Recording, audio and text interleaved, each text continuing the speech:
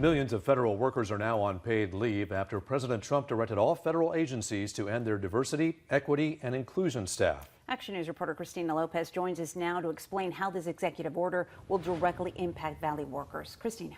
Graciela and Warren, during the early days of the Biden administration, a mandate was issued across all agencies to develop and bolster diversity, equity, and inclusion. Now, one of President Trump's first executive orders was to dismantle those programs, and now everyone working on them is being placed on leave. One of President Trump's first executive orders targets millions of federal employees working on diversity, equity, and inclusion programs and initiatives. Our country is going to be based on merit again.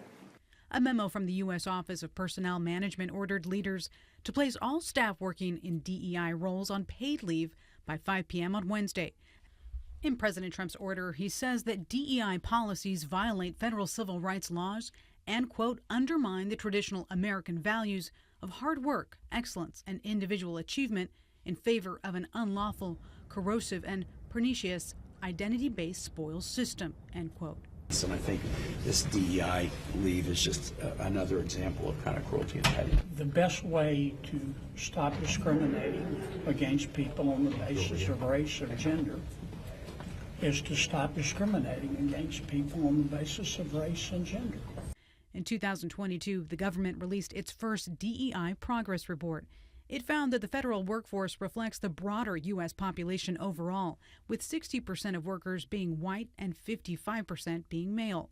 However, it found less diversity at the senior executive level, with more than 75% white and more than 60% male. So when you challenge the notion that doors should be open, you're challenging the progress that women have made, that people of color have made, that people of gender identity have made over the years to create a stronger and a better America.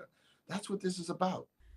Some policies and programs this order will impact will include training, accountability, and federal grant and benefits programs.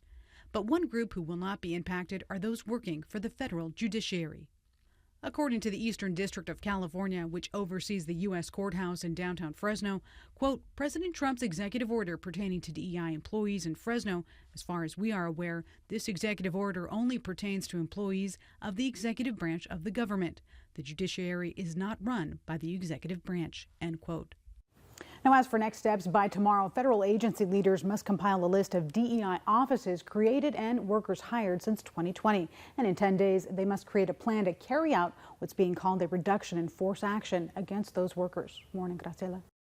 Hey, Central California, stay up to date with all the latest news and weather. Don't forget to hit that like button and subscribe to ABC 30 Action News.